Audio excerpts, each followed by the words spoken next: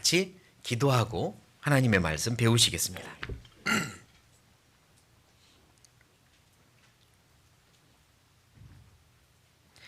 살아계신 하나님, 저희를 창조하시고 저희를 구원하시며 이제는 저희 삶의 주인이 되어주시고 함께해 주시니 감사합니다.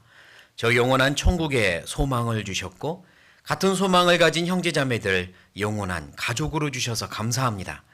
주님이 아끼시고 소중히 여기시는 몸된 교회 안에 거하게 하시고 이 교회 안에서 보호받고 양육받고 성장하게 해주신 것 또한 감사합니다. 주님의 큰 일을 위하여 저희를 사용하여 주십시오. 저희를 더 만들어 주시고 변화시켜 주시고 사용하여 주십시오. 주님 앞에 서게 되는 그날 떳떳하고 자랑스럽게 설 수 있도록 오늘의 삶을 살 수 있게 도와주십시오. 언젠가 주님을 만나야 한다는 이 진리 앞에서 오늘을 살 수 있도록 도와주십시오. 우리를 창조하신 주님이 이 땅에 오셔서 우리를 위해 모든 것을 버리시고 우리를 구원하셨다는 이 진리 앞에서 살도록 도와주십시오. 지금도 내 안에 살아 역사하시고 때로는 탄식하며 기도하시며 때로는 사랑으로 이끄신다는 이 진리 앞에 살도록 도와주십시오. 무엇을 위해 살아야 할지 삶의 목적을 분명히 하고 살도록 도와주십시오. 우리의 모든 삶이 하나님께 드려지는 진정한 예배가 되기 원합니다. 진정한 제사가 되기 원합니다. 도와주시고 받아주십시오. 이 시간도 하나님의 말씀을 사모하여 모였습니다. 우리 마음속에 하나님께서 하고 싶은 말씀들 해주시고 심어주십시오. 그 말씀대로 살 수 있도록 힘을 주십시오. 여러 가지 어려운 형편에 있다면 주님 기억해 주시고 위로해 주시며 극복할 수 있도록 도와주십시오. 이 자리에 함께하지 못한 형제자매들 어디에 있든 어떤 형편에 있든 살펴주시고 도와주십시오. 처음부터 끝까지 하나님께 부탁드리며 예수님의 이름으로 감사하며 기도드립니다. 아멘. 네, 같이 성경 열왕기상을 찾겠습니다. 열왕기상 3장입니다. 열왕기상 3장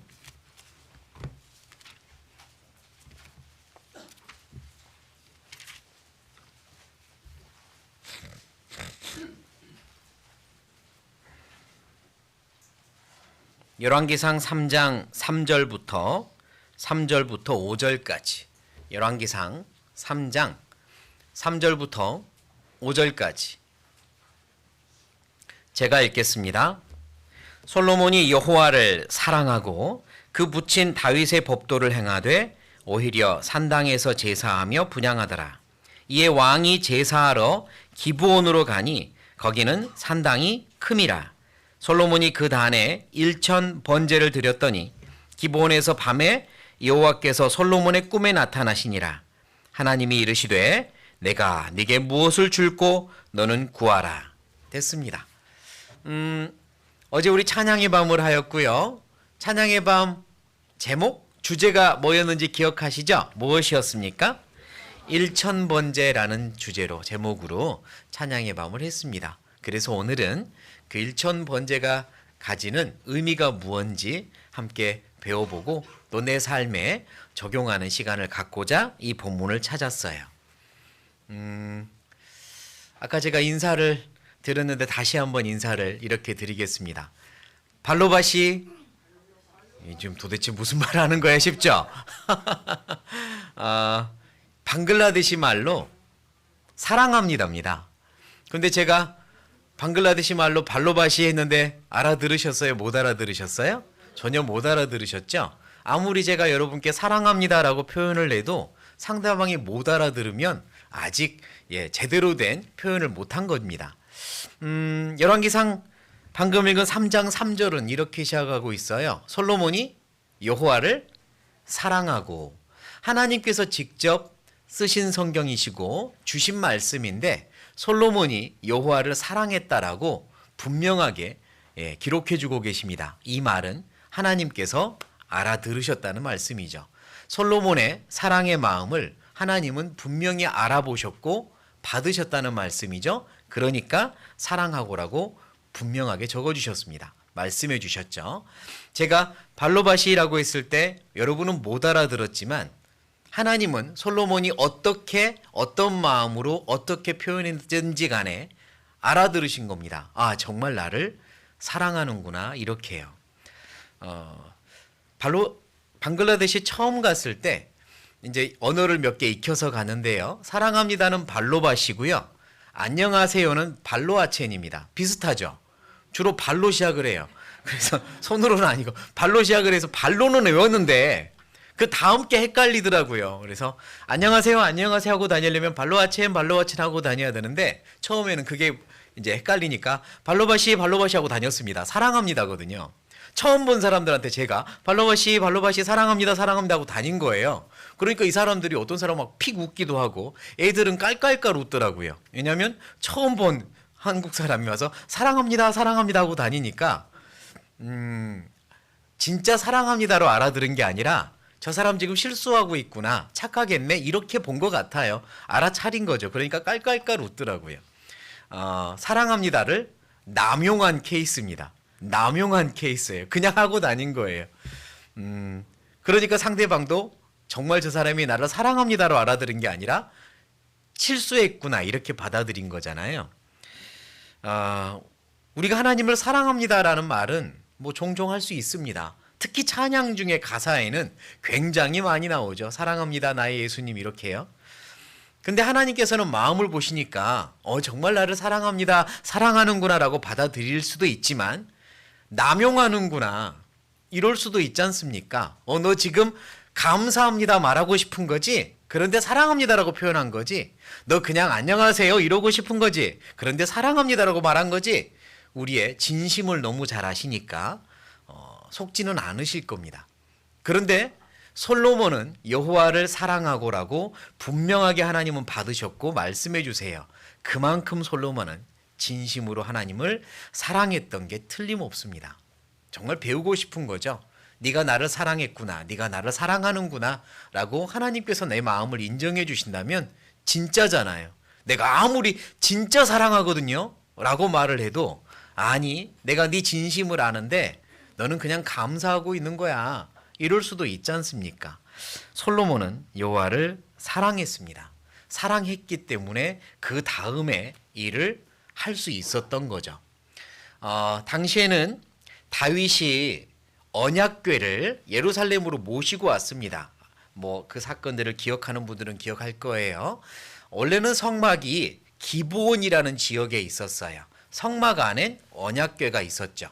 그런데 다윗은 왕이 되고 나서 언약궤만이라도 예루살렘으로 모시고 오고 싶은 겁니다. 그래서 모시고 온 거죠. 처음에는 수레에 싣고 왔다가 큰 사고를 당했고 이제 제사장들이 메고 왔잖아요. 그리고 언약궤가 예루살렘으로 들어올 때 기뻐서 춤을 추는, 진심을 다해 춤을 추는 다윗의 모습을 볼 수 있습니다.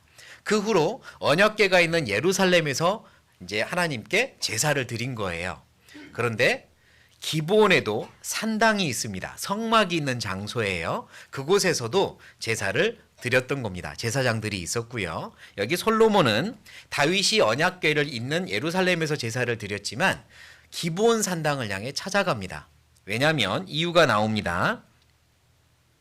4절, 이에 왕이 제사하러 기브온으로 가니 거기는 산당이 어쩌미라? 큼이라. 좀 더 큰 곳을 찾아갔던 겁니다. 왜 큰 곳을 찾아갔냐면 처음부터 계획한 거죠. 1000번 제사를 드리겠노라고. 그래서 큰 곳을 찾아갑니다. 1000번제란 성경에서 아주 기본적인 제사, 번제, 태워드리는 제사를 1000번을 드린 겁니다. 한 번, 두 번, 한 번씩 1000번을 드렸는지 아니면 큰 곳을 찾아갔다는 말에 힌트를 얻어서 한 10번씩 100번을 드렸는지, 제사장 10명씩 뭐 10번씩 100번을 드렸는지, 그 이상의 어떤 것을 했는지는 정확하게 모르겠지만 1000번의 번제를 드렸고 그걸 위하여 조금 더 큰 기브온으로 내려가서 드린 겁니다. 그 원인은, 그 배경은 여호와를 사랑하였더라에 있습니다. 사랑하고 사랑했기 때문입니다. 창조주로서 사랑했던 거죠. 나를 지으신 하나님, 나를 지으셨는데 너무나도 작은 나를 살펴보고 계시는 하나님, 너무나도 작은 나에게 은혜를 베풀어 주신 하나님, 그 하나님을 진심으로 경외했던 겁니다. 그리고 피조물, 사람이 할 수 있는 방법으로 하나님을 사랑하는 것을 표현하고 싶었습니다. 그래서 하나님이 주신 제사법 대로 1000번의 제사를 드린 거예요. 하나님께서 명하신 제사는 그냥 어떤 하나님께 드리는 의식인데요. 하나님이 그걸 받으시겠다고 제사를 명하신 게 아니죠. 제사의 본질은 따라해 보시겠습니다. 진심과 정성. 그게 제사의 본질입니다. 하나님은 그걸 받으시기 원했던 거예요. 진심을 다해 정성을 다해 드리는 게 제사의 본질이었어요. 그래서 레위기서, 우리가 구약을 읽다 보면 참 막히고 읽기 어려운 부분이 등장을 하죠. 출애굽기, 레위기, 이제 이런 법도가 나오는, 규칙이 나오는 부분들 어렵습니다. 특히 레위기는 레위라는 이름을 해서 보여주듯이 거룩한 지파, 레위 지파, 그리고 또 신약 시대에는 거룩한 그리스도인들에게 주시는 법이라고 할 수 있는데요. 레위 지파가 드려야 될 어떤 제사의 법들과 거룩한 백성들이 드려야 될 생활의 법들을 레위서에, 레위기에 쫙 정리해서 주고 계세요. 우리는 어렵다고 보지 않지만 그 당대의 레위 지파 제사장들, 그리고 지금 주님을 위해 거룩한 삶을 살고 싶은 이 시대의 스스로 제사장이라고 바로 알고 있는 그리스도인들은 소중히 여겨야 되는 성경이 레위기입니다. 어떻게 살아야 될지, 하나님께 어떤 제사를 드려야 될지 자세하게 알려주고 계시니까요. 그 레위기 1장이 뭘로 시작하냐면 번제로 시작합니다. 그 레위기 1장이 번제의 법으로 시작해요. 그러니까 번제가 제사 중에서도 가장 기본적이고 가장 중요한 제사인 겁니다. 태울 번자, 제물을 완전히 태워서 드리는 제사가 번제예요. 솔로몬은 이 번제를 드리고자 1000번의 번제를 드리고자 기브온을 향해 찾아간 겁니다. 그리고 첫 번째부터 1000번, 1000번째까지 제사의 본질인 무엇과 무엇이요? 진심과 정성이 변함없었던 거죠. 진심으로 시작해서 진심으로 1000번을 끝냈고 정성으로 시작해서 정성껏 끝까지 간 겁니다. 그래서 하나님이 받으셨던 거고요. 진심과 정성이 함께해야 됩니다. 진심이 없어도 정성은 있을 수 있거든요. 예를 들면 예식장 있죠. 예식장에서 결혼식을 도와주는 도우미들 보셨습니까? 얼마나 정성스러워요. 깍듯하게 인사하고 폼 맞춰가지고 시간 딱 맞춰가지고 하나 둘 하면 인사하고 이런 것들 보면 참 정성스럽습니다. 그러나 진심이 과연 얼마나 들어있을까요? 장례식장에서 예의를 다 갖추어 도와주는 분들 정성스럽습니다. 그러나 얼마나 진심이 들어있을까요? 그건 좀 별개의 문제죠. 다시 말해 정성이 있어도 진심은 없을 수 있습니다. 또 진심이 있어도 정성이 없을 수도 있죠. 그러나 제사의 본질은 진심과 정성이고요. 솔로몬은 그렇게 한 겁니다. 진심을 다해 사랑하고 경외하는 마음을 담아 정성을 다해 1000번을 드렸던 거죠. 그러니까 하나님께서 받으시고 나타나 소원이 뭐냐? 무엇을 구하겠느냐? 나에게 말하라 라고 응답해 주신 거니까요. 솔로몬이 이렇게 마음을 다해 드렸던 1000번제의 제사를 오늘 읽은 이유는 그냥 그랬구나, 감동적이네 이렇게 감상하려고 읽은 게 당연히 아니겠죠. 우리가 배워야 될 부분이 있으니까, 이 시대를 살아가는 그리스도인들이 반드시 배워야 될 부분이 있으니까 이제는 우리 차례이니까 이 본문을 삼은 겁니다. 베드로 전서를 찾겠습니다. 베드로 전서 2장.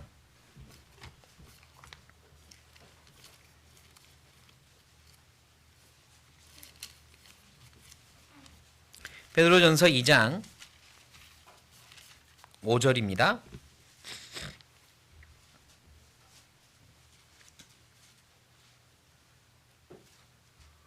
(2장 5절) 같이 읽겠습니다.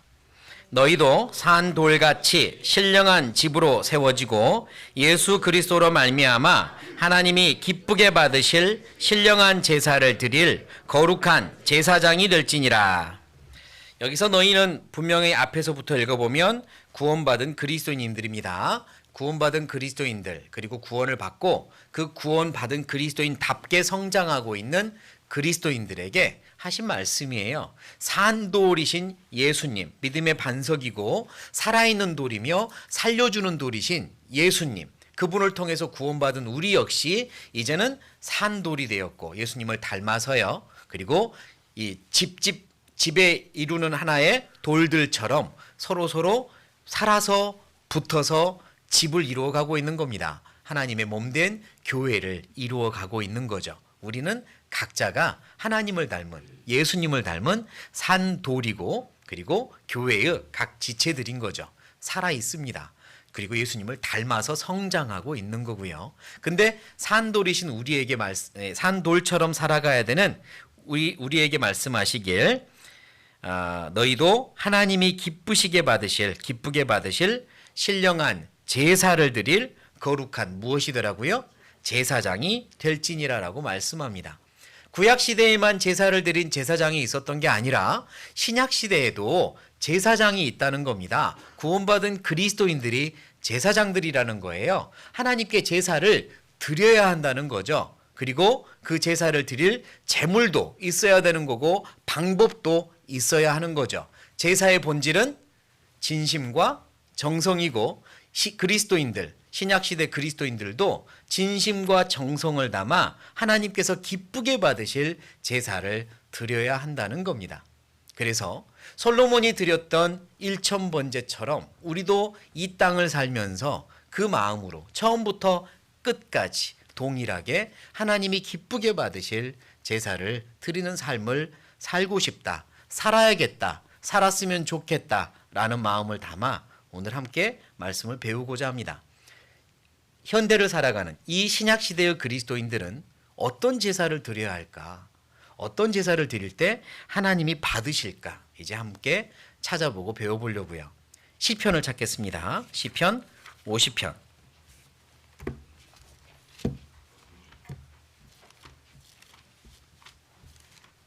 시편 50편.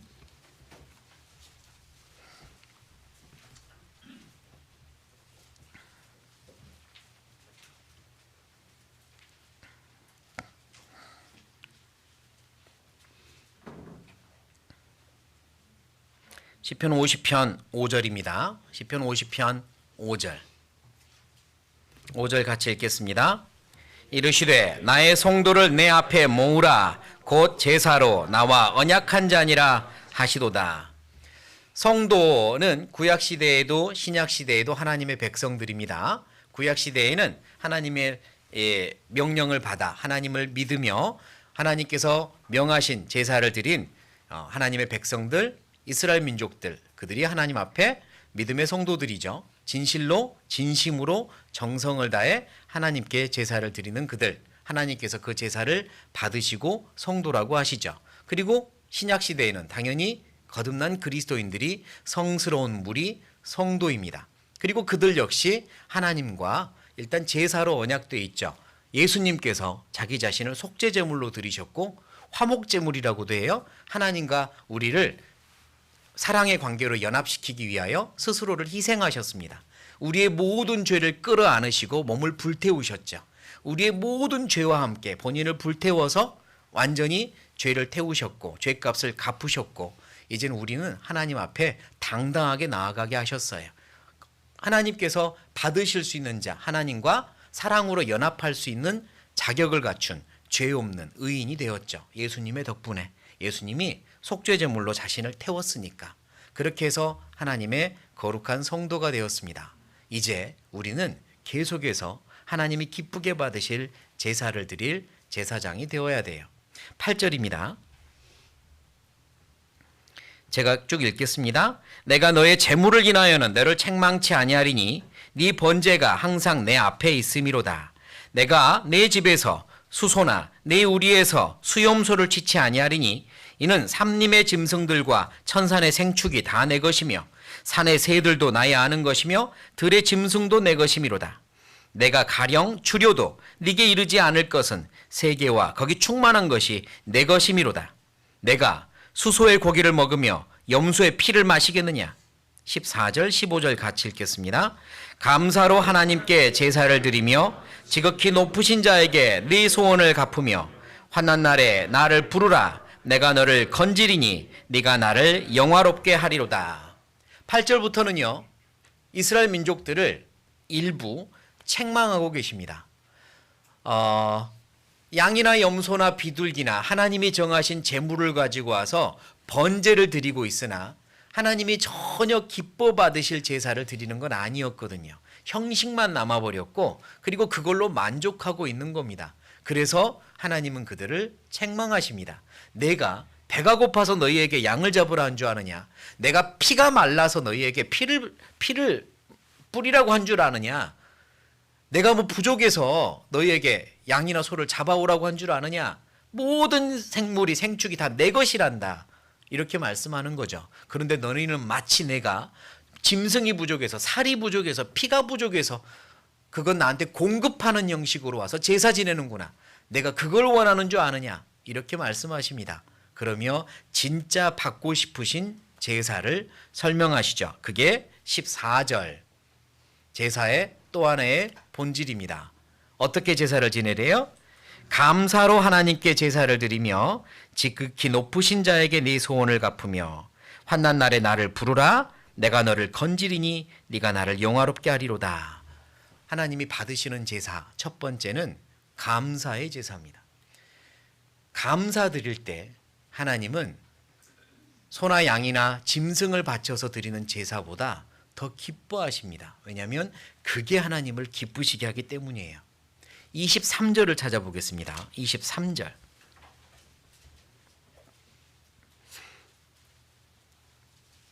23절도 같이 읽겠습니다.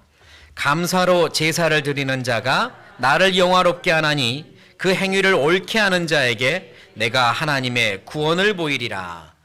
감사로 제사를 또는 감사의 제사를 드리는 자가 하나님을 영화롭게 영광받게 합니다. 하나님은 그걸 원하십니다. 제사 솔로몬이 드렸던 제사는 하나님을 창조주로 인정하고 하나님의 은혜를 기억하고 자기는 한없이 작은 자인데 이렇게까지 나를 지켜주시고 보호해 주시고 앞으로도 계획을 세워주시는 하나님께 감사를 드리는 제사였거든요. 감사, 그게 제사의 또 하나의 본질이고 그때 하나님은 영화로우십니다. 기뻐하십니다. 그 행위를 옳게 하는 자에게 나의 구원을 보이리라. 그 행위를 옳게 하는 자, 바른 행동을 하는 자, 바른 행동, 옳은 행동 중에 대표적인 건 감사하는 겁니다. 그리스도인이 감사를 하지 않는 건 옳지 않은 생활입니다. 명령이에요. 바른 생활, 그건 감사하는 생활입니다. 그리스도인은 아니 모든 사람은 태어날 때부터 하나님께 감사의 빚을 가지고 태어납니다. 감사의 의무와 빚을 가지고 태어나요. 창조주께서 나를 계획하셨고 디자인하셨고 그리고 이 세상에 태어나게 하셨어요. 감사할 이유는 엄청 많습니다. 지금까지 나를 기다려 주셨고 지금까지 참아 주셨습니다. 내가 이 땅에 오기 전에 나를 보시고 이 땅에 오셨고 십자가를 지셨습니다. 내가 이 땅에 오기 전에 나의 모든 죄를 다 짊어지셨고 그리고 자신을 태우셨습니다. 감사할 제목은 너무 많습니다. 그리고 태어나서 지금까지도 구원받기 전에는 한없이 멀리 떠나다녔던 나를 사랑하고 기다리셨고 구원받은 이후에도 그렇게도 자주 위선적으로 살고 반복되는 잘못을 하며 사는 나를 기다려주시고 기도해 주시며 또 계획을 세우십니다. 기대하고 계시죠? 감사할 건 너무 많아요. 우리는 하나님께 감사의 빚을 가지고 삽니다. 일천번제의 마음으로 사실 우리는 감사의 제사를 드려야 돼요. 마치 하루에 한 가지씩만 감사 노트를 써보자. 그리고 며칠을 가야 일천번제죠? 1000일이요, 1000일. 솔로몬이 얼마나 대단한 제사를 드렸는지 그렇게 생각해 보면 알 수 있어요. 하루에 한 가지씩 감사 노트를 쓰자 1000일 동안 진심으로 계속 쓸 수 있다면 하나님이 받으실 겁니다. 아니 하루에 10가지씩 해서 100일을 쓰자. 그럼 1000번이니까. 그래도 쉽지 않습니다. 하루 10가지씩 그 마음을 100일 동안 10개를 쓴다? 1000번을 쓴다? 그게 1000번제죠. 솔로몬은 그렇게 드렸습니다. 감히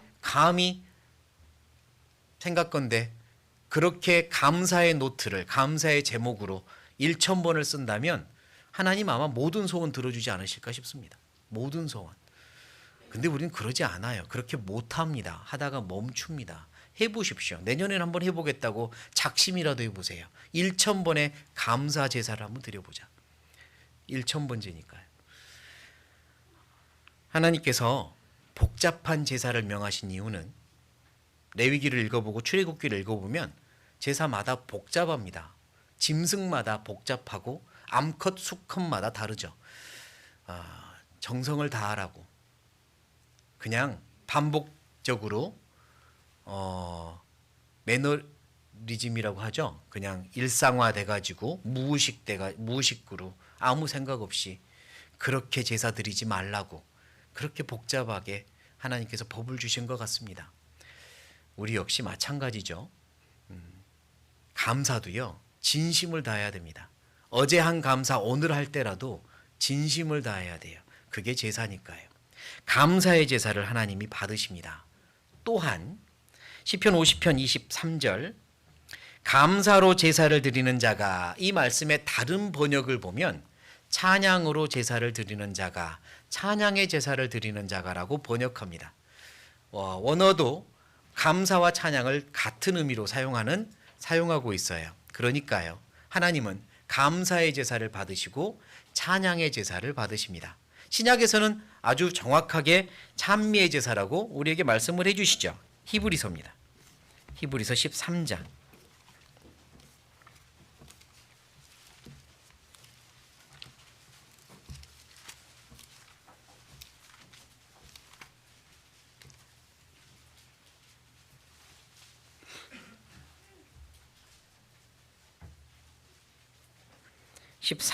히브리서 13장 15절.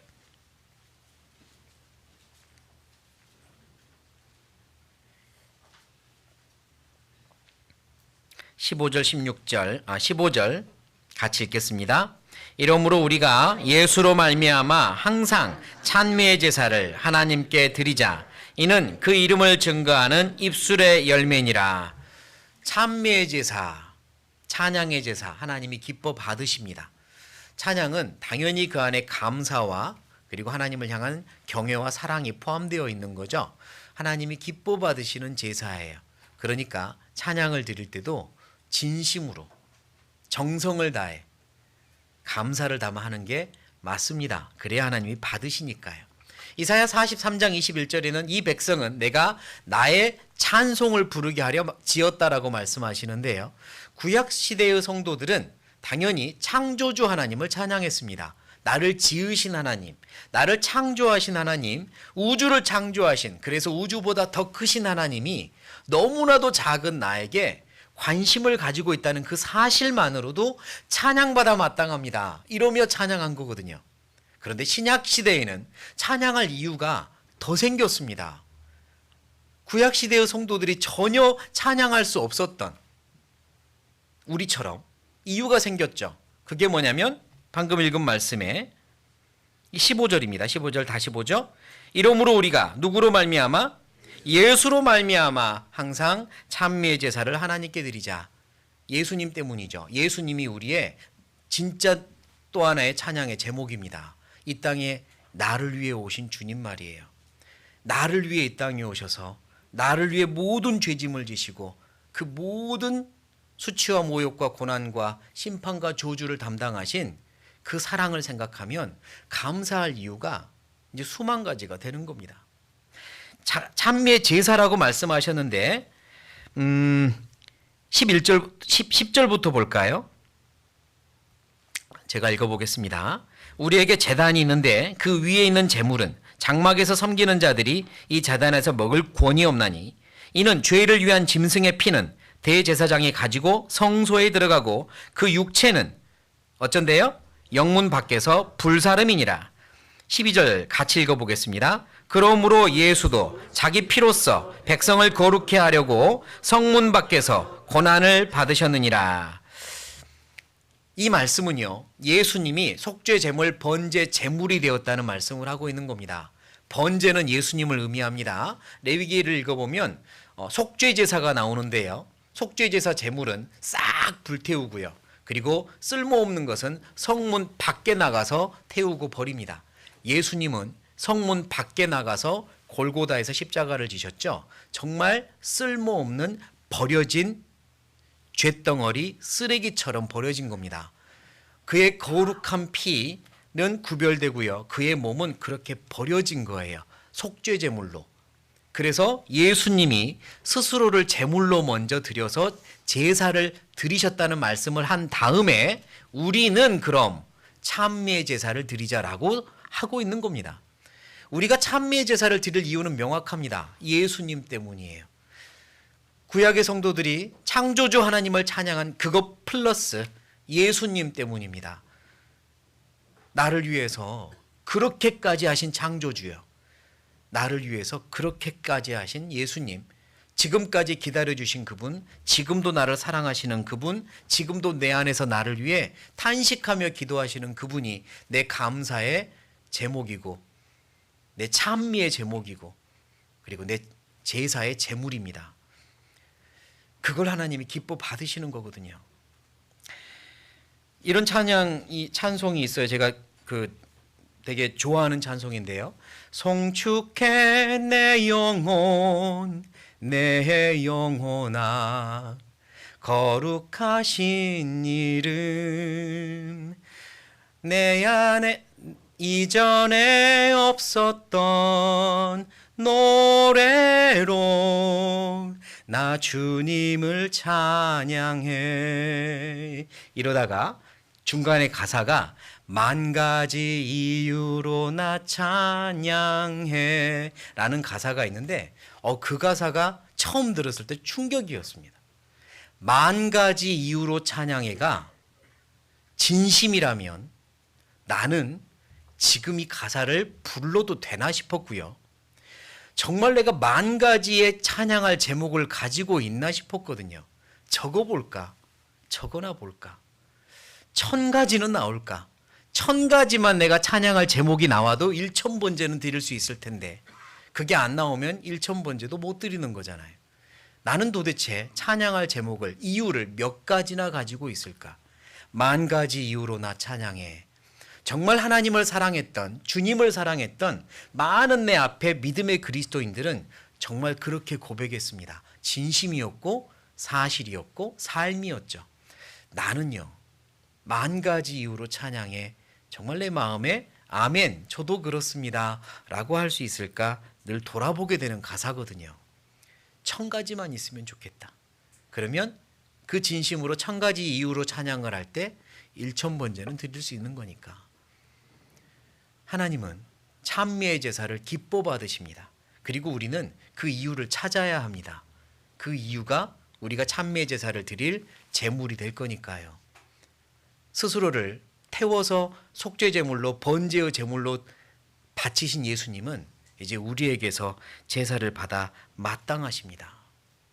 아까 읽었던 베드로전서 2장을 다시 찾아가 볼까요? 베드로전서 2장.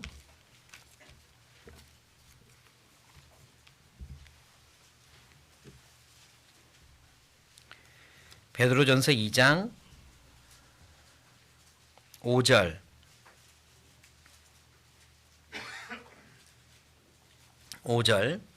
너희도 산돌같이 신령한 집으로 세워지고 누구로 말미암아? 예수 그리스도로 말미암아 하나님이 기쁘게 받으실 신령한 제사를 드릴 거룩한 제사장이 될지니라. 구약시대 레위지파 제사장들은 하나님으로 말미암아 하나님이 그들을 불러서 정하셔서 제사장이 되었고요. 우리는 예수 그리스도로 말미암아 하나님과 그리고 나를 위해 이 땅에 오신 창조주 하나님, 성육신하신 예수님, 육신을 입고 오신 나의 창조주, 나의 예수님, 그분으로 말미암아 내가 제사장이 된 겁니다. 그래서 그분 때문에 이 세상을 살고 있고 그분 때문에 소망을 가지고 천국을 소망하며 살고 있으니 그분을 찬양하며 살아야 합니다. 그분이 내 제사의 대상이고 내 감사의 대상입니다. 잊어버리면 안 되고 사라지면 안 되는 건데 내 신앙생활의 이유는 주님이거든요. 주님, 예수님, 그분 때문에 삽니다. 다른 많은 사람들이 칭찬을 해도 내 가족들이 나를 칭찬하지 않으면 그건 글쎄요, 마음에 충족되지 않는 칭찬이죠.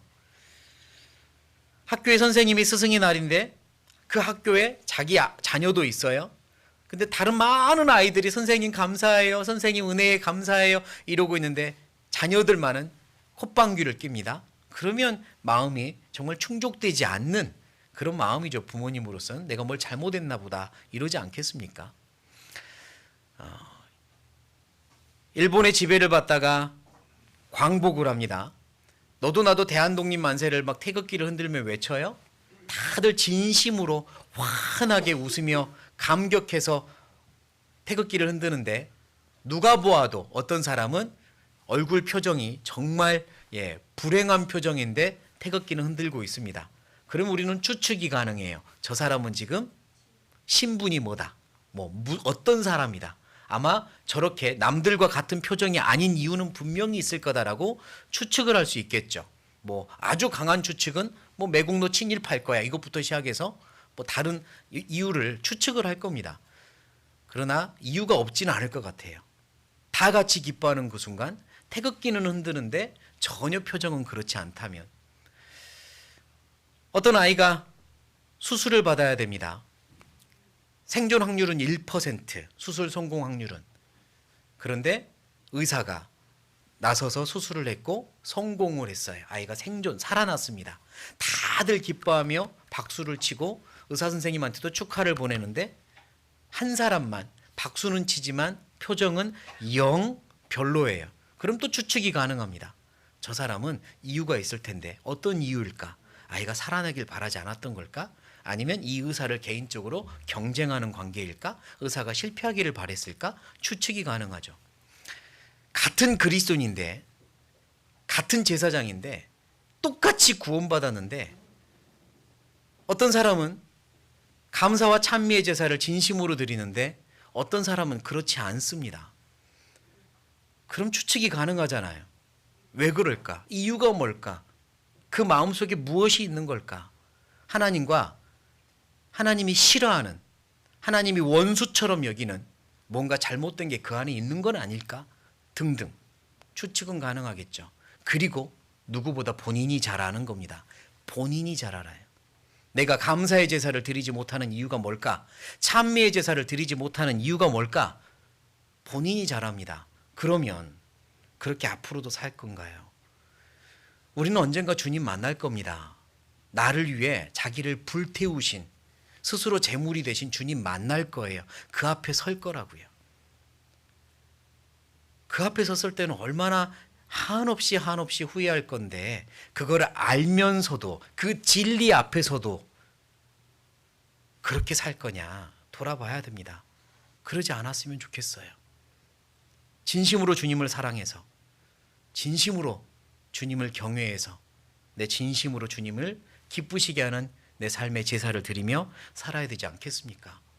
다시 시편 50편입니다. 다시 시편 50편.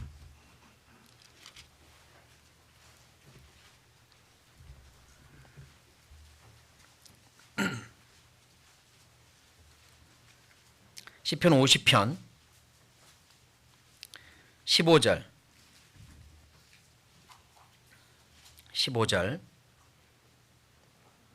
14절부터 다시 읽겠습니다. 감사로 하나님께 제사를 드리며 지극히 높으신 자에게 네 소원을 갚으며 환난 날에 나를 부르라. 내가 너를 건지리니 네가 나를 영화롭게 하리로다. 감사의 제사와 또 하나님께서 기뻐 받으시는 제사, 찬미의 제사와 그리고 기도의 제사. 하나님은 기도를 제사처럼 받으십니다. 흠향하십니다. 기도는 하나님께 올라가는 향이라고도 말씀을 하셨죠. 흠향, 기뻐 받으시고 맡으십니다. 잠언을 찾아보죠. 잠언 15장.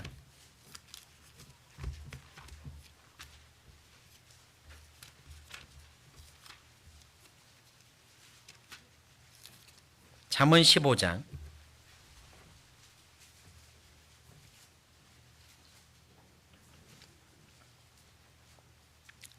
8절. 잠언 15장 8절을 같이 읽겠습니다. 악인의 제사는 여호와께서 미워하셔도 정직한 자의 기도는 그가 기뻐하시느니라. 악인의 제사와 딱 대비해서 비교하시는 게 뭐예요? 정직한 자의 기도라고 하십니다. 악인의 제사는 받지 않지만 정직한 자의 기도는 받으신대요. 제물처럼. 기도도 하나님이 받으시는, 기뻐 받으시는 제사예요. 정직하지 못한 제사보단 정직한 기도를 기뻐하십니다. 하나님이 그걸 받으세요. 정직한 자의 기도란 뭘까요? 정직한 자의 기도란 솔직하게 말하는 거, 자기가 원하는 거를, 그것이 아니라 정직한 자의 기도란 내 안에 계신 성령님이 증거하는 양심으로 하나님을 창조주로 정확하게 인정하고 범사의 그를 인정하고 하나님이 나보다 무한대로 크시다는 걸, 크신 분이라는 걸 인정하고 하나님의 지혜가 나보다 무한대로 많다는 걸 인정하고 그 앞에 나는 너무나 작은 존재라는 걸 인정하고 내가 아무리 계획을 세워도 수없이 많은 계획을 세워도 하나님의 단 하나의 계획보다 훨씬 못하다는 거 인정하고 내가 아무리 몸부림을 쳐도 하나님이 손가락으로 튕기는 그 힘보다 훨씬 못하다는 거 인정하고 그리고 하나님께 모든 걸 맡기는 기도가 정직한 자의 기도입니다. 내가 아무리 힘을 써도 안 되는 거 압니다. 내가 원하는 대로 바라는 대로 힘을 써도 그 결과는 하나님이 주시고자 하는 결과보다 못하다는 거 압니다. 비록 내 마음속에 욕심은 이쪽을 향하고 있어도 하나님의 계획이 훨씬 더 선하시다는 거 압니다. 그 앞에 무릎 꿇습니다. 굴복하겠습니다. 하나님 뜻대로 하십시오. 이게 정직한 자의 기도입니다. 하나님께 믿고 맡기는 기도죠. 아니까, 신뢰하니까 내 뜻대로 마옵시고 아버지 뜻대로 하옵소서라고 자신을 굴복시키는 기도가 정직한 자의 기도 아니겠습니까? 아무리 주변에 풍랑이 세게 쳐도 그리고 아무리 내가 타고 있는 배가 작아서 뒤집힐 것 같아도 주님께 내 생명까지도 맡기고 나는 평안이 있는 것, 그게 진짜 기도할 때의 마음이라고 믿습니다. 진짜 기도할 때요. 진짜 하나님께 맡기를 기도할 때는 그렇게 된다는 거죠. 주변이 나를 힘들게 해도 내가 타고 있는 배가 작아도 내 능력이 적어도 내 주님이 계시니까 나는 괜찮습니다. 모든 것은 주님의 손에서 나왔으니 모든 것을 주님의 손에 맡기겠습니다. 이제 제가 어떻게 해야 될지 가르쳐 주십시오. 행하겠습니다. 이게 정직한 자의 기도죠. 그리고 어떤 일이 생길 때만 하는 게 아니라 늘 매사에 아침 저녁으로 시간 날 때마다 드리는 제사, 그게 기도의 제사입니다. 그걸 원하시는 거거든요. 시편 14편을 찾죠. 시편 14편.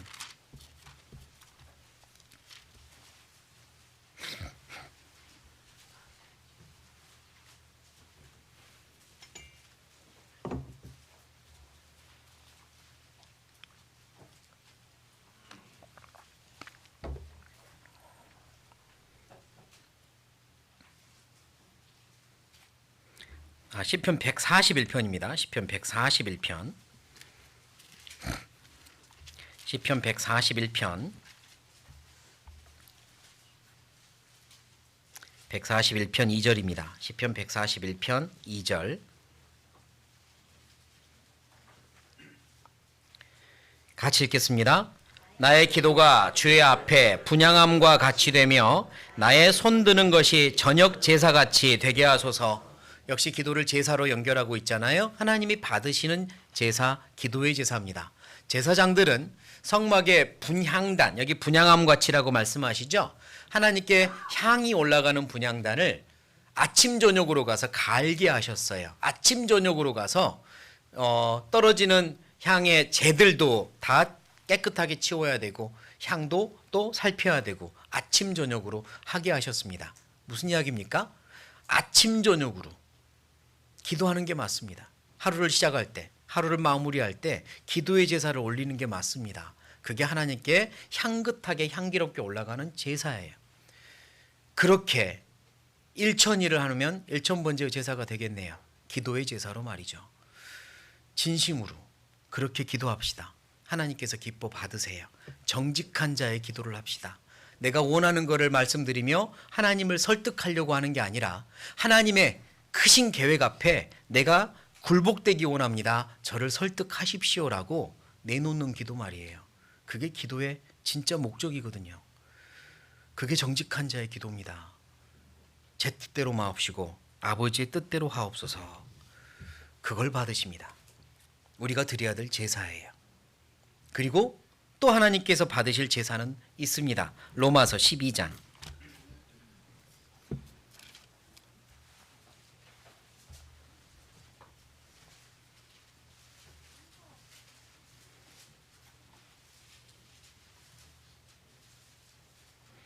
로마서 12장 1절입니다. 로마서 12장 1절 같이 읽겠습니다. 그러므로 형제들아 내가 하나님의 모든 자비하심으로 너희를 권하노니 너희 몸을 하나님이 기뻐하시는 거룩한 산 제사로 드리라. 이는 너희의 드릴 영적 예배니라. 맞아요. 그리고 또 드려야 될 중요한 제사는 내 삶을 드리는 산 제사입니다. 영적 예배니라 그랬죠. 구약 시대에는 하나님을 사랑하고 경외하는 걸 의식으로 생각하는 의식 말고 예식 말이에요. 제사의 의식으로 드리라고 제사법을 주셨어요. 사람은 미련하기 때문에 그냥 뭐 하라고 하면 잊어버립니다. 그러나 제사를 통해서 정성과 감사를 드리는 연습을 계속 시켰죠. 의식을 주셨어요. 그러나 신약 시대는 그런 의식적인 제사를 드리는 게 아니라 내 영혼으로 마음을 다해 내 삶을 드리는 예배를 드립니다. 그게 예배라고 해요. 구약시대의 제사가 신약시대의 예배가 되는 거죠. 내가 드리는 삶의 제사가 예배입니다. 감사의 제사, 찬미의 제사, 그리고 기도의 제사도 예배예요. 내 삶의 전부가 예배입니다. 하나님께 드리는 제사예요. 하나님께서 그걸 받으시는 거죠. 산 제사로 드리라. 일단 내 몸을 드리는 겁니다. 내 삶을 드려야 돼요. 내 몸을 드리는, 내 삶을 드리는 제사는 여러 가지를 생각해 볼 수 있습니다. 다시 시편 50편으로 돌아가죠. 시편 50편.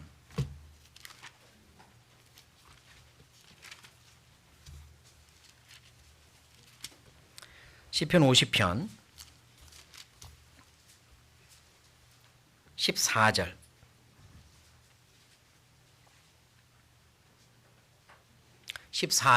같이 읽겠습니다.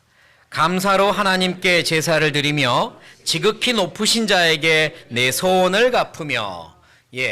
하나님께 내 마음의 서원을 갚는 것, 하나님과 약속을 지키고 하나님 앞에서의 다짐을 실천하고 하나님의 명령을 순종하는 것, 그게 삶의 제사입니다.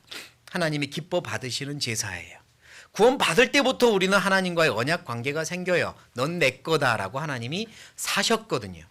계약서를 성령님이 도장 찍었습니다. 넌 내 거야. 그때부터 사실 우리는 하나님께 종속된 거예요. 하나님의 사랑에 종속되어 삽니다. 그때부터 언약 계약 관계가 생겼고 약속이 생겼어요. 넌 내 거야. 이제 네 삶은 네 마음대로 사는 게 아니야. 나와 함께 큰 계획을 이루기 위하여 살자. 그리고 우리도 구원받고 나면 마음의 다짐도 합니다. 주님을 위해 살겠노라고. 이 은혜 갚으며 살고 싶다고. 내 남은 상에는 이전과는 다르게 살고 싶다고. 그걸 지키는 게 제사입니다. 그걸 지키며 사는 거예요. 새해가 시작할 때 했던 수없는 다짐들, 말씀을 들을 때마다 마음에서 올라오는 다짐들, 다른 분들의 간증을 들을 때마다 비교하며 또 스스로 생각하는 다짐들을 지켜나가는 것도 제사입니다. 네 마음의 소원을 갚으라고 하셨어요. 특별히 기도하며 맹세 비슷하게 한 소원이 있다면 더더욱 지켜야겠고요. 다짐과 약속들 지켜나가는 겁니다. 그게 산제사의 하나의 큰 의미예요. 그리고 미가서를 찾아보죠. 미가서 6장. 미가 6장. 먼저 찾으신 분 페이지 불러주세요. 1296페이지. 구약입니다. 구약 1296페이지. 미가 6장.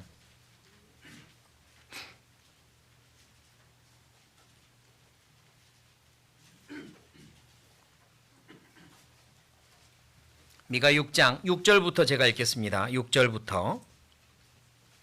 내가 무엇을 가지고 여호와 앞에 나아가며 높으신 하나님께 경배할까? 내가 번제물 1년 된 송아지를 가지고 그 앞에 나아갈까? 여호와께서 천천의 수양이나 만만의 강수 같은 기름을 기뻐하실까? 내 허물을 위하여 내 맏아들을, 내 영혼의 죄를 위하여 내 몸의 열매를 드릴까? 8절 같이 읽겠습니다. 사람아, 주께서 선한 것이 무엇임을 네게 보이셨나니 여호와께서 네게 구하시는 것이 오직 공의를 행하며 인자를 사랑하며 겸손히 네 하나님과 함께 행하는 것이 아니냐 됐습니다. 그리고 우리가 드려야 될 제사는 하나님 앞에 공의롭게 정의롭게 내 양심을 따라 정직하게 행하는 것, 인자를 사랑하며 주님을 사랑하는 것, 그리고 나의 나됨이 하나님의 은혜임을 기억하고 내가 얼마나 낮은 자임을 기억하며 겸손히 행하는 것, 그게 하나님께서 바라시는 산제사입니다. 내 삶의 제사예요. 내 속에 있는 성령님, 하나님의 성품, 그 성품에 종속되어 사는 겁니다. 하나님의 사랑에 붙들려서 끌려서 사는 겁니다. 그리고 하나님의 계획을 신뢰하고 묵묵히 순종하며 겸손히 따르는 겁니다. 그게 삶의 제사예요.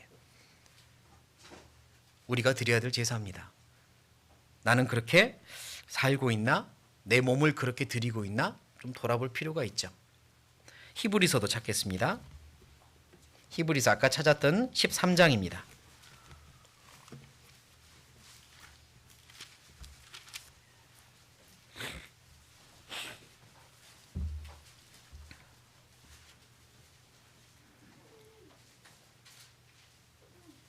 히브리서 13장 16절 15절은 찬미의 제사를 말씀하셨고요. 16절 같이 읽겠습니다. 오직 선을 행함과 서로 나눠주기를 잊지 말라. 이 같은 제사는 하나님이 기뻐하시느니라. 그리고 선을 행하는 것, 형제자매들에게 사랑을 공급하는 것 역시 하나님이 기뻐하시는 제사입니다. 그리고 우리는 영혼을 하나님께 제물로 드려야죠. 영혼을 구해서, 영혼을 구원해서 하나님이 기뻐하시도록 제사로 드리는 겁니다. 그게 우리가 살면서 드려야 될 내 삶의 제사입니다. 내 몸으로, 내 삶으로. 로마서 6장을 찾겠습니다. 로마서 6장.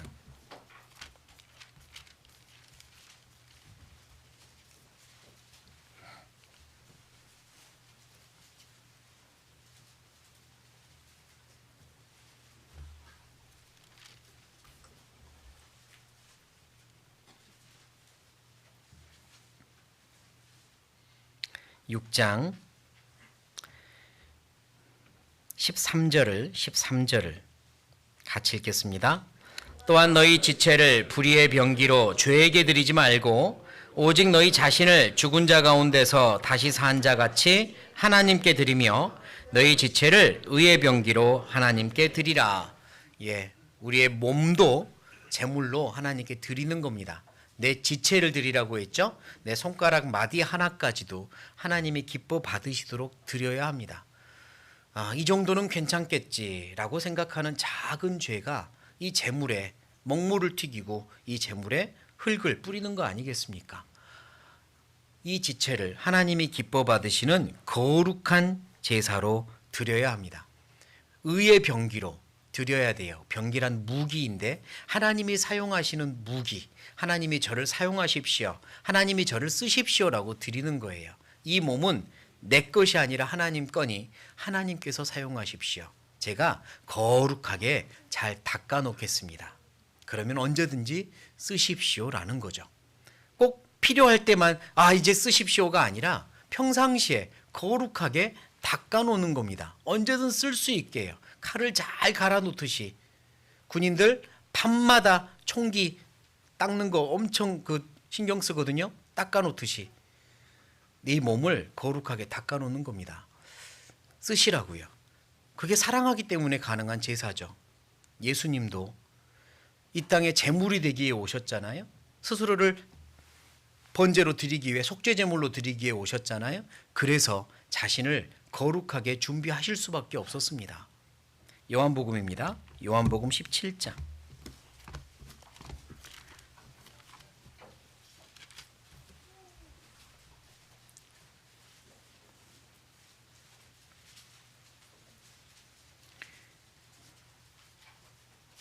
요한복음 17장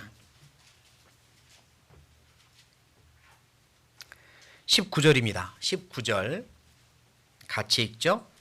또 저희를 위하여 내가 나를 거룩하게 하오니 이는 저희도 진리로 거룩함을 얻게 하려 함이니이다. 예수님이 저희를 위하여, 이 안에 내가 포함됩니까? 안 됩니까? 포함돼요. 나를 위하여입니다. 나를 위하여, 그러니까 우리를 위하여, 나를 위하여 예수님이 자신을 거룩하게 하셨어요.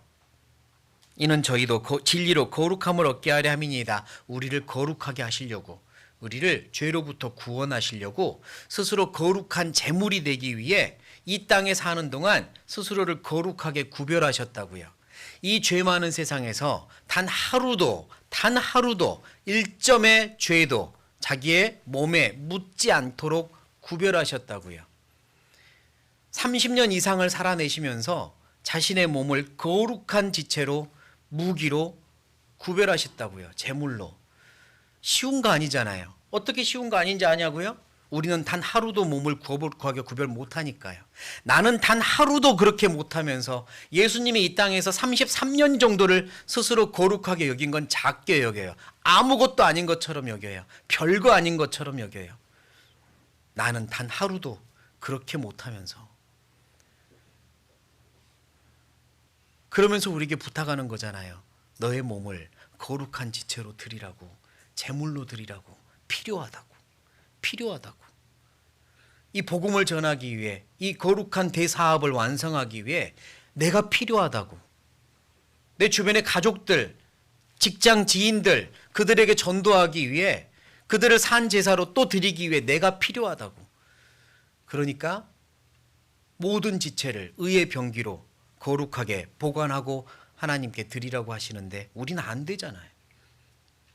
그럼 포기할 겁니까? 그럴 수도 없습니다. 이 몸을 거룩하게 드리기 위해 계속해서 기도하고 갈고 닦아야 합니다. 갈고 닦아야 돼요.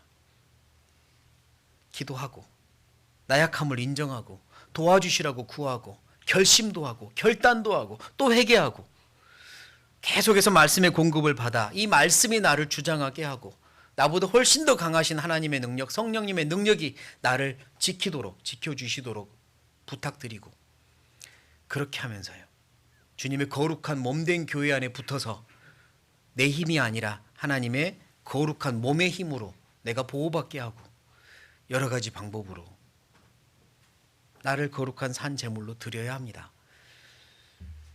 그게 이 시대를 살아가는 하나님께 기쁜 제사를 드려야 될 그리스도인의 올바른 마음가짐이죠. 솔로몬은 왕이 될 때 하나님을 사랑하여 일천번제를 드렸습니다.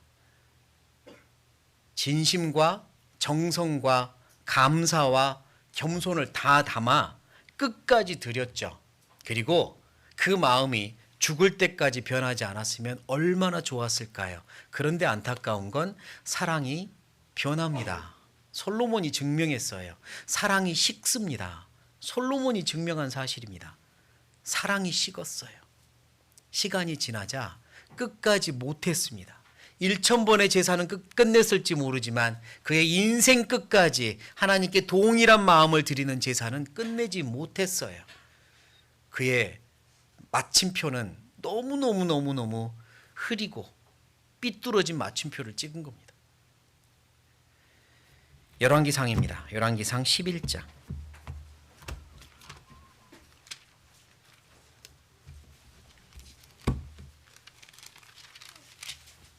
열왕기상 11장.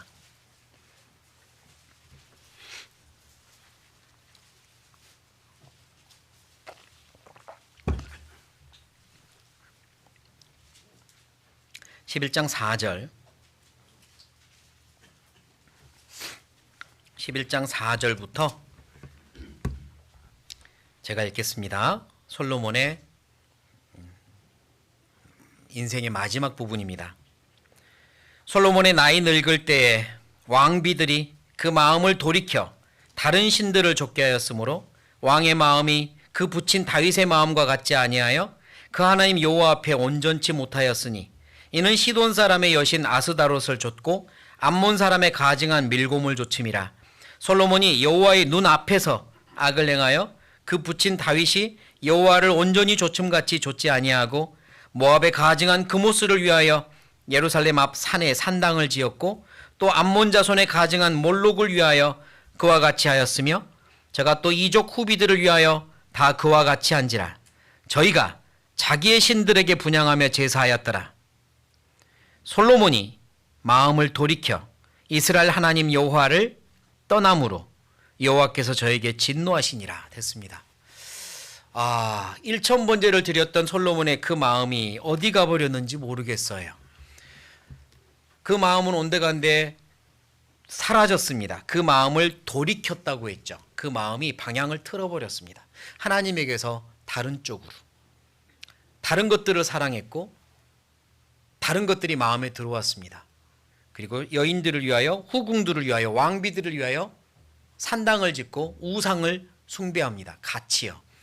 우상들을 위하여 또 멋진 것들을 막 지어줍니다. 그의 마음이 이렇게 변했습니다. 얻을 수 있는 교훈이죠. 나도 이럴 수 있다는 걸. 내가 비록 1000의 번제를 드렸다 할지라도 언제든지 그 마음이 유지되지 않으면 나도 이럴 수 있다는 걸, 얼마든지 나도 더 타락할 수 있다는 걸 알려줍니다. 사랑 식습니다. 식을 수 있습니다. 그걸 막아야 하는 겁니다. 끝까지 드리는 게 진짜 제사잖아요. 끝까지 드리는 게. 올 한 해 시작할 때부터 올 한 해 마칠 때까지 변함이 없으면 얼마나 좋겠습니까? 혹 굴곡이 졌더라도 다시 빨리 회복해서 처음 시작했던 마음으로 돌아만 갈 수 있다면 내년은 다시 시작할 수 있는 거니까 좋죠. 그렇게라도 해야죠. 내 마음이 더 뜨거워지고 있다면 그 마음 유지해서 더 뜨거워지도록 해야 됩니다. 이 정도 뜨거워졌으니 식을 때도 됐구나. 이러면 안 되는 거예요. 뜨거워졌으니 식을 때도 온다는 건 진리 아닙니다. 계속 뜨거워져야죠. 계속. 죽을 때까지. 요한계시록 2장입니다. 요한계시록 2장.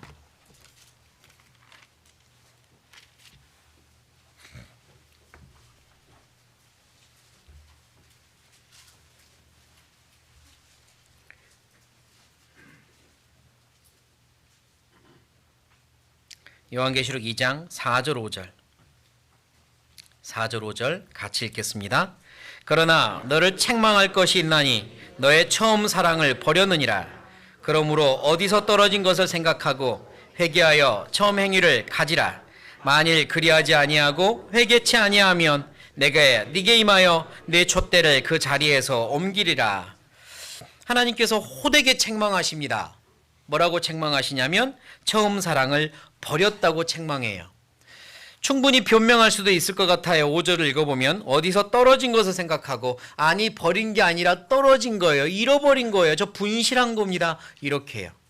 언젠가 무슨 사건이 있었기 때문에 어떤 일로 인해 내 잘못이 아니라 누군가의 잘못으로 떨어지고 잃어버린 거예요. 라고 변명할 수도 있겠어요. 그런데 하나님은 아닙니다. 버렸다고 말씀해요. 그러면서 너 이거 버린 거 빨리 회복하지 않으면 너에게서 더 이상 역사할 수 없어 라고까지 경고하는 걸로 봐선 끝까지 하나님의 마음은 버린 거라고 주장하시는 겁니다. 그럼 왜 버렸다고 말씀할까요? 잘 생각해 보면 당연합니다. 제가 휴대폰을 어디선가 분실했어요. 휴대폰을 분실했습니다. 그러면 분실한 걸 아는 순간부터의 정상적인 반응은 뭐예요? 찾는 겁니다. 빨리 찾을 거예요. 중요한 것일수록 찾을 거예요. 그건 그가 분실했다는 강력한 증거입니다. 분실했으니까 찾는 거예요. 잃어버렸으니까 찾는 겁니다. 그러나 휴대폰 바꾸고 싶어서 일부러 어디던가 버린 겁니다. 자, 찾아요? 안 찾아요? 안 찾아요. 빨리 검색부터 합니다. 새로운 거. 그건 버렸다는 강력한 증거예요. 찾지 않으니까요. 첫사랑을 잃어버린 건 확실해요. 내 마음이 예전 같지 않아요. 뜨겁지 않아요. 평안도 깨졌어요. 처음 구원받을 때의 마음이나 언젠가 새롭게 결단했던 마음이 아니에요. 마음이 달라진 걸 내가 알아요. 그런데 회복하기를 주저하고 있어요. 회복하려는 마음이 없어요. 찾으려고 하지 않아요. 그건 강력한 증거입니다. 버렸다는 거예요. 어떤 이유로든지 떨어졌을 수는 있겠지만 찾지 않고 있으면 이제는 버린 겁니다. 하나님은 버렸다고 말씀하세요. 끝까지 찾으려고 노력하지 않으면 너에게선 더 이상 함께할 수 없다라고 이런 무서운 말씀까지 하시는 거잖아요. 내 마음에 첫사랑이 지금 예전 같지 않구나 알고 있다면 찾으셔야 됩니다. 그게 버리지 않았다는 증거니까요. 회복하고 싶다는 증거니까요. 언제부터이지? 언제부터일까? 무엇 때문일까? 그 자리로 돌아가서 그 자리에서 십자가를 세우고 예수님을 바라보셔야 됩니다. 그 상황만 보고 내가 해결하려고 하면 안 되고요. 그 자리로 돌아가서 십자가를 받고 예수님을 바라보셔야 돼요. 주님, 어떻게 하기를 원하십니까? 이 문제는 어떻게 제가 해결했어야 하는 겁니까? 제가 어떤 마음으로 다시 시작해야 되는 겁니까? 어디서 떨어진 걸 찾아서 회개하랍니다. 다시 돌이키래요. 돌아오랍니다. 기다리고 계시니까 돌아오랍니다. 그게 회개잖아요. 그리고 다시 하나님을 기쁘시게 하는 제사를 드려야 됩니다. 감사의 제사, 찬미의 제사, 기도의 제사, 어려운 거 하나도 없어요. 이 어렵지 않은 걸 안 하고 있어요. 이 어렵지 않은 걸. 그리고 나아가서 내 삶을 드리는 삶의 제사, 산 제사를 드릴 수 있다면 얼마나 좋겠습니까? 내 삶을 드립니다. 드리겠습니다. 내 손가락 마디 끝까지 사용하시도록 드리고 싶습니다. 그렇게 할 수 있으면 얼마나 좋을까요?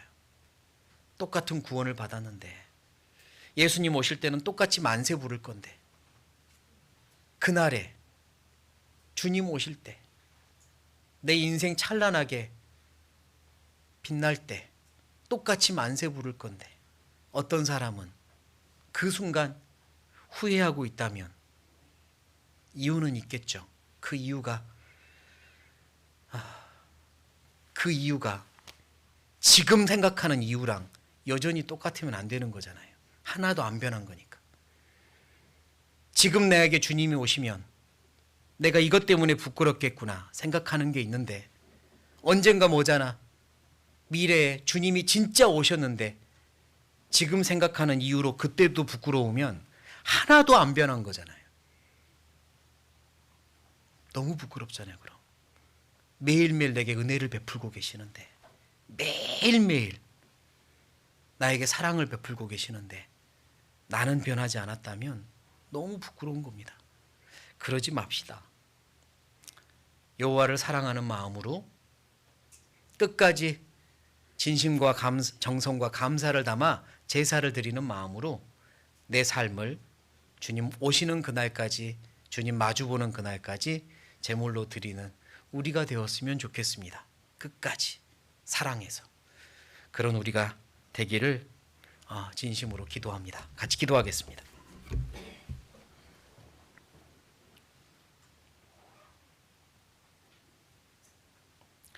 살아계신 하나님, 저희를 만드시고 구원하시고 받아주셔서 감사합니다.